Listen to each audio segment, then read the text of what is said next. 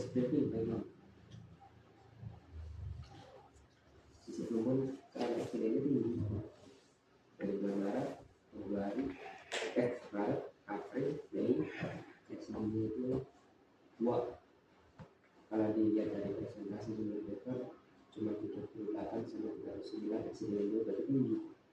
Benar, kalau kita punya dekor 80 accident 2 ya memang tetap itu accident, cuma kalau dipresentasikan kecil potensinya. Kalau di kita itu cuma 38 juga sebut accident 2 tinggi gitu. Ya sebetulnya kita nggak lihat presentasinya, kita lihat adalah ada accident atau tidak di tiap bulannya atas bisnisnya. Bagi bulan ada itu di situ, makanya kita tadi upayakan ada dengan Indonesia membantu untuk memahami, menerapkan dan briefing. Makanya saya lupain soal panjang itu sebetulnya nanti akan saya kembalikan lagi ke internet sejauh mana pemahaman atas itu. Jadi nanti yang banyak menjelaskan itu bukan dari saya tapi dari Pak Imam. Ya, karena gini, saya udah sampaikan, saya pengen mastiin nih kira-kira yang saya sampaikan itu diterima atau enggak dan bisa dipahami atau enggak. Orang kalau udah bisa memahami sedikit banyaknya dia bisa jelasin dengan gayanya masing-masing, bener kan? Dengan gayanya masing-masing baru dijelasin. Jadi sekarang saya meminta Pak Imam untuk bisa jelasin dengan cukup ke saya. 1, artinya apa ada seperti. Yang kedua, tujuannya apa? Nggak apa-apa, nanti kan sehingga ada. Yang ketiga, jelaskan penerapannya 5 mekanisme itu. Ya, bisa ya? Mulai dari sini dulu. Anggap aja Pak Imam lagi jelasin ke saya. 1 juga seperti apa, tujuannya apa, dan penerapannya kayak apa. Kalau yang tertulis di sini kan sudah jelas, cuma sekedar tulisan. Jadi tulisan ini gimana caranya kita bisa kasih penjelasannya. Oke, mana Pak Imam?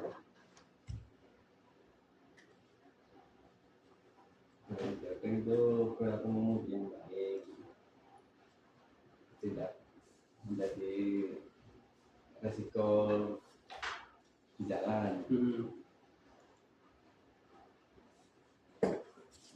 Mengidentifikasi bahaya jalan.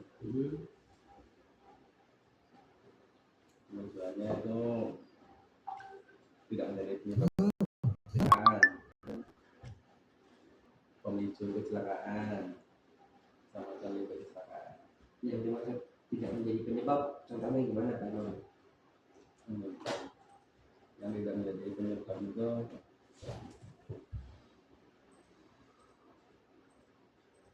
ya cepat, maksudnya ya cepat. Kita berjalan. Yang memicu apa yang bisa memicu kecelakaan? Ya, main HP, rokok.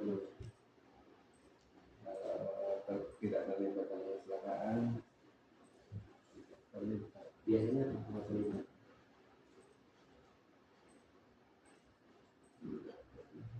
Barang buntu, ya barang lengkap. Tidak terlibat dalam kecelakaan itu yang sering miss tadi, mereka mendadak, yang berarti apalagi pada tanggal 20 minimalnya kita dapat mobil atas penyebab yang lain juga. Kan kadang nih kita temukan ada pengendara mobil lain yang di depan itu tiba-tiba ngerem mendadak. Alasannya banyak, bisa ada orang nyebrang, kucing, banyak lah barangkali. Nah karena kita tidak jaga jarak aman, otomatis terlibat itu dalam kecelakaan. Yang salah siapa? Orang yang nyebrang, yang bisa berkata. Yang di depan berarti. Ya belum bisa jaga. Karena kan kita nggak jaga jarak aman. Kalau kita bisa jaga jarak aman pasti bisa terhindar dari yang namanya accident itu dari belakang. Contohnya kalau saya kemarin ada Jalan Ciracas Sembilan, tepatnya di Jalan Silebu. Nabrak mobil CRV kemarin pagi jam 5.49, kecepatan 39.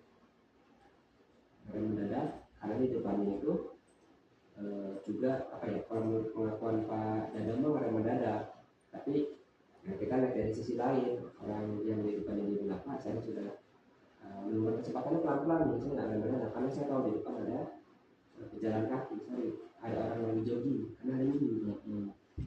Mereka dari belakang kan. Terus kita minta keterangan lebih lanjut, dan memang betul yang penyelesaiannya bilang, Pak, dari awal pertigaan itu mau ke kuningan, saya itu ngerasa selalu di dorong dari belakang. Terus kita balikin kepada Dadang, betul pada Dadang, iya Pak, kan saya menyalip dari perempatan dari pertigaan sampai ke sini. Yang salah apa Pak? Ya balik lagi, dikasih briefing artinya apa tadi? Ini Pak, ya perilaku Pak Imam ketika mengemudi bisa berkata dari satu menurut saya itu cara aman. Caranya gimana? Ini kasih bahaya dengan mengambil dari setelah berarti ada apa? Itu ya, seperti ini. Tujuan sudah jelas. Coba jelasin lagi. Sebelum pemeriksaan Ini dorongan ditolak, seperti ini. pengendara motor kanan kiri Ini boleh terbilang boleh, sama ini kita artikan pengendara motor golongan berat ya, betul juga. Ini baru jalan terus. Selain ini kira-kira apa lagi potensi kecelakaan? Anda lihat tanjakan Pak. ini ada toko, Oh iya, kalau ada apa ya? makan, pindahan, ini juga mana nih? Jalan berlubang, dan sebagainya. Ya. Tetapi perlu diperhatikan, defensif driving itu namanya juga defensif. Artinya harus ada kita berkendara, tapi kita bisa bertahan. Bertahan dari apa ini? Bertahan dari segala hal yang ada di luar atau sekitar kendaraan. Coba kita perhatikan. Ini luar kendaraan Pak. Ya. Ini luar kendaraan. Ya. Luar kendaraan. Ini luar kendaraan. Kalau ini ya sama luar kendaraan. Kalau yang di dalam itu namanya safety driving. Makanya safety driving itu kaitannya sama apa? Safety pengamanan.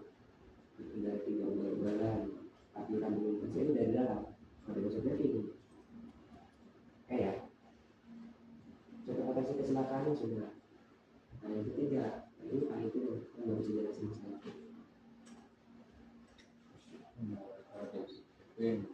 Satu, yang kedua, yang ketiga, sport mas area pada sekitar sebelumnya jadi menjadi distraksi apa nih? Jadi satu kendaraan apa? merokok, depan makan. Satu lagi tamat perjalanan.